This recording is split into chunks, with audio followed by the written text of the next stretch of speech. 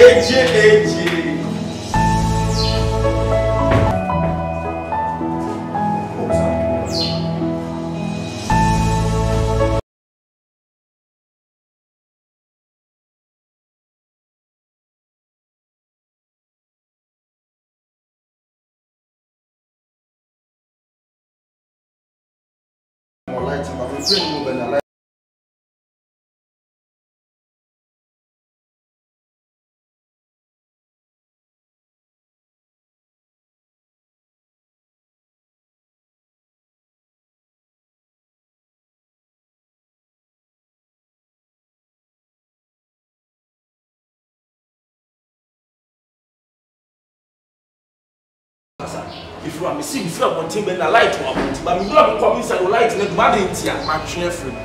What year free? Ah, if you are some more what if you are, so I don't start it and then I hand down and I light. I don't want to light it for you. Huh? If you are, my master will use your own for light and use again. We have a tuna maybe family. So I'm not coming money and all, but we need to so I don't for light. If I try to say my year free. Ah. If you're just not going to what you say, and then I am a grossum. I am a grossum. I am a grossum. But what do you take at a phone for me? But cheerful. Gentlemen, I didn't feel gentlemen. I know that's this Saturday. Baby, I think. Baby, so 1 minute. Baby, me too. Baby, you are so good. I think you are some. Baby, so I don't see a mouth. I don't know. You meet them. Network. Let me touch your network. Empty your food is equal to the show. Ah, what's it? Age. If you are, me, so when you want to at a phone for me, matching your friend. Gentlemen, matching your friend if you want to light in the matching your friend. Make I saw the bedroom. What if you? What is bedroom? You're grabbing it. I know it's so. You are sure. What chef from the name of your tribute? And him, not feeling so. When you feel one, that's a fear. Hey, you crony. Mammy, crony, when you so crony. Mammy, Papa, Miss Roma, I won't cast a year. Walk us a year. Boyfriend, cast a year. They say cast a year. You won't tell me to go. Hey, if you are not years in a carefree, come on, yes, my carefree. But if a manufacturer cry, meet me or say a soon on it, or soon. Hey, mammy, and I don't joke like the man will be no pet. Ebi ni wo pe. Oba be se se ya mi. Ebi ni wo pe. I guess about ya make my shit. If you are my cast of two, me. One number one na wo be che. So don't be fan e che mi go ku be che ma. Wo be ku be. What you want to show about tata. If you am enyo so wo no so no me ti jo me low fucking joe. Me wo kasa me my if you am this time see come from bien to me mpani buru kwa this time me pe. Me this time bad young boys in against us. But now when if you are on all the dino, see can no cement to see that. Every year, you never see one from them going through dino. Who is taking my main council? My main council, I see CONFION, must be a lollipop. Must be a sea, must be a lollipop. Me will be a make a sack of my father, but they go. Will be a mimic for sack of your boy, Simon. My father, but they to so many lemon. I'm ready for it. I am ready for your legs. I'm ready for your legs. I'm pumping to the entire amount. I'm pumping to the entire amount. I'm a forward. What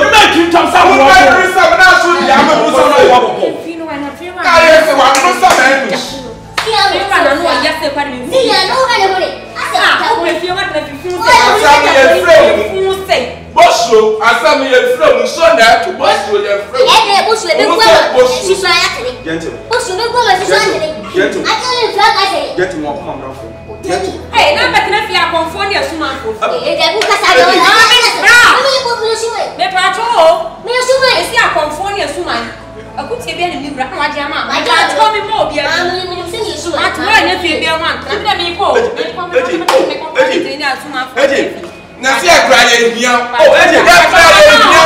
Mama akra ye hia ufia ha. Na wo na ka se wo hia me. Ye hia, utu sabe sia de ewu. Ye hia. Otu praka sabe sia de. Ye hia. Wa potam peto wu ya ko sare takra se woni na danafie. No ba sale amede. Me fi wa pa anu ya ru ko su we fa. Anu wo ya sa. Wo ya je wa wo su. Mi won to nyame. Wa dim se stiba. O to nyame. Papa me boss me dey na atare mani achi. Wo se dey? Me se peta wo wu ya. Me se wo wu ya de takra be top for o to say. What me can't show here around. Now you didn't know if you want to have shame be ma. What ma me dey do? One of you and I'm fear say why you ah, I'm fear to say what ba. Mama, no. Hey, come on no today. Come on no. That would just so I wa. Make sure say me. Come so quick. So I wa make sure say me. Come so quick, come so quick. Hey, I will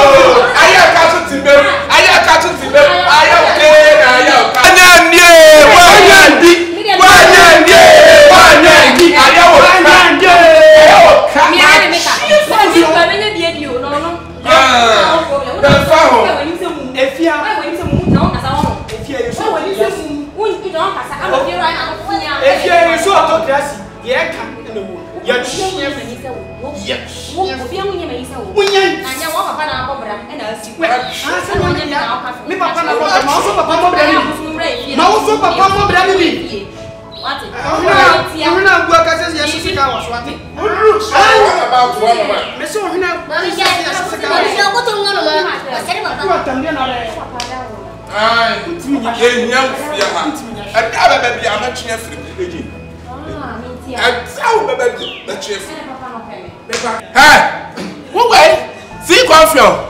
One time me wo so I run about at a quarter bia say yes na tire buy. We jack the fa ko jack no mu.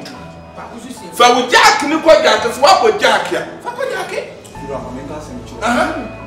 Okay, come Bible say me can say the previous the quantity our maintain. Age when your wife to be. If I me no what did you put it in about so me come me against them. Where there be papa? Where there be papa so about? I'm going to be where there be papa so about? What team me shut me for? Where job? I don't know. We are seeing name. I guess you confused. See, I mean people kasana mo si no be to Twitter. Some of them. What promise Max? You say I don't have my advantage chain. And the objective. Me just have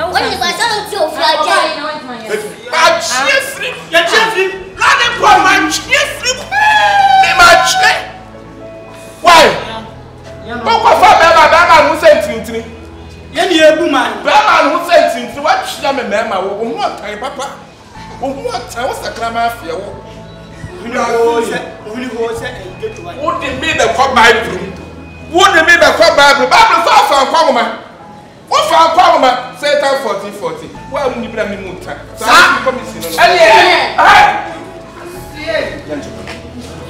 Hey, Massa, and you have a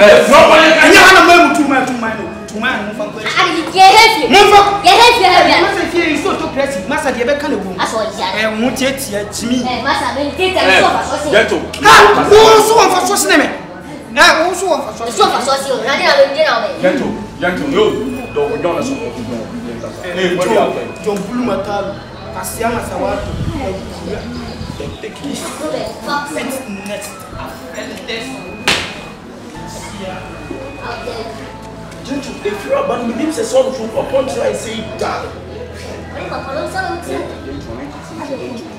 If you are home.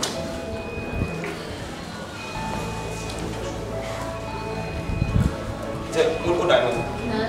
Who be show one? Bien. Now, I can't be piano. So, what light? If you are white, you say, or yet I'm black. So, what can I ask you? Now, forget from here. Hello, Mary. Now, I'm passing. Hey, Uti. Over Fabre, my own, not to any bra. If you are trying to make them more light, but you get to dine until you meet me up from your home. Martin. Yeah, in a father, I will give you that marker. And I'm going to first time or two away. I remember planning to know what it's about. For me to me, sir. For me, then I was saying, what do you do? Gentle, do not miss it with your cousin. We say, maybe that's something with any uncle. Now, we don't want to know. My food will be here, my food will. Whatever. You should when we buy 2 minutes, who was Missing me, think up for this idea. Let us remove me, move to tell one as a woman. You know, you tell me.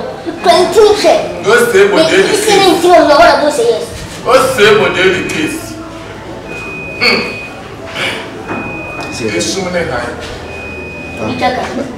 Hey, Mary. That about me, that's how we are going to take an hour. Why is sweet to gentle? Yeah, you don't fall down on your dude. Why? How could you have Libya? So, Petas will be our own child because I can perform side.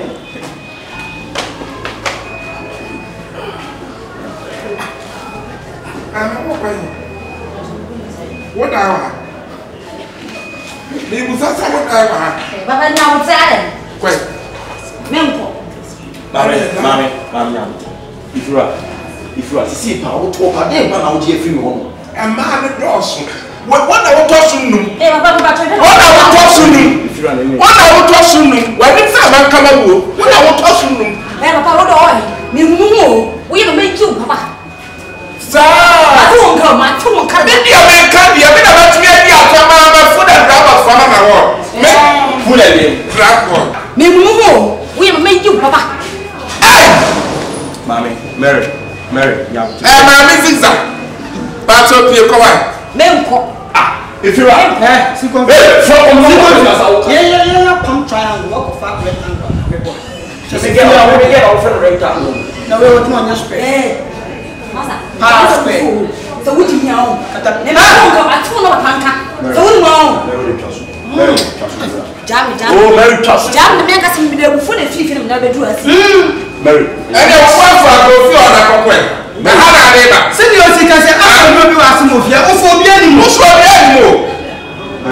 Hey, I'm about to change your life, Mammy. Oh, what's the name? Mary, would you be any of them? Remember, why I'm more bad. Remember, and more good for what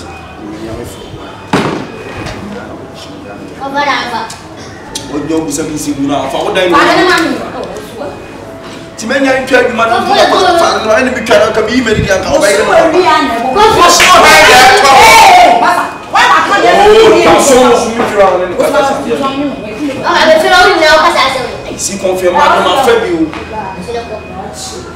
if you say you open on saka yes say you open on saka all of exactly and the problem MFA pato and me who that say for that one thing and me mura no you know Uma me até batisca, uma me mura. Uma batisca na raia só ia ter esse daí. Vai, não, não vou fazer nem vamos. E é importante. Vou fazer por família. E já Na de ka wadi bi ne yedi. E me wura ha se bi so fa na ade ho nkwa. Oi, ni mumu, we no make you papa. Sa! Atu nka. Bi dia me ka dia me na ba tumi adi atama ma food and drivers for na wo. Me food and transport. Food and Okay, me dey mbulu who 3 2 1 still rolling. Action. Food and What here free? What did I say? Okay, my chair free. Hey, boy. Okay, yeah, take it. When you are chair free, me patch black. What women smartness is 3 2 1 still rolling. And Yanko. 3 2 1 and another black Yanko. Udru ya calculate be 3 2 1 still rolling and action. Na ebinu adwene ye won se jama me fa me ho saa shata de pay edi mpaboa papa bi to so de designer bag ne keka ho a na ye de breme eye no na me ankasa no China eni UK edupre no me mfuru bida se me ye boutique me fa me nioma panyina ewo Blessed B Philip Enterprise na ehodie eye tufuo boamu enti niema me ton no enu abi na me de jame ho na se me siya bontia na manfo ani kwa wan se ya Blessed B Philip nso hoi se ayenta de papa bi emma emofra ani mema mpaboa pa bi footballers die nyina wa kofa na tufuo buomutu enti se wo ye dwadini se me na wo jiga kofa sak ba ko ne se wo biye so a ani mapanko a ya wo beton enyemfa so boom ani Blessed B Philip Enterprise wa ba ma yani adwadifo ampa enne ye haye ho se ye ko China Dubai anase UK ko fonta de ene mpaboa ne bag sabeston fi se Blessed B Philip Enterprise akofane tufuo buomu etuwa maye ubehu Blessed B Philip Enterprise kuma se ha ewo kochi oni Jordan Junction no edi anum hwe wa bie nkrabata ba konso ewo keo na enkran foi ye ko kantamanto shipyard eho enwo mo niema no desopo wadi ebegu na waye adwuma na tintino wa bie wataban mu edu Tanzania mpo bibia ni afre won kumasefo ye fresh 0248043367 and cry for ye fresh 0246630704 Blessed B Philip Enterprise wabama adwadifo ehwa hare Change